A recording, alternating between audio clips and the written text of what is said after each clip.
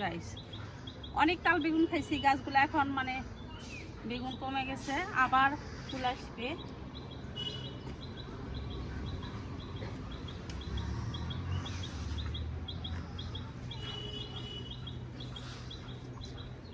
এখানে একটা আছে লম্বা বেগুন, দেখেন গাইস। এই যে খাবো তো পেঁয়াজ পাতা তো অনেক খাইলাম, এখন এই যে পেঁয়াজ কালি নিচ্ছি।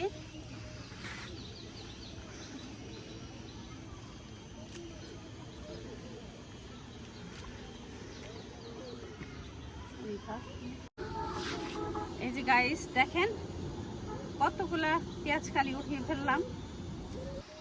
এই যে গাইস দেখেন, এই যে বেগুন হারভেস্ট করলাম, পেঁয়াজ কালি হারভেস্ট করলাম, আর দেখেন কতগুলা টমেটো হারভেস্ট করছি।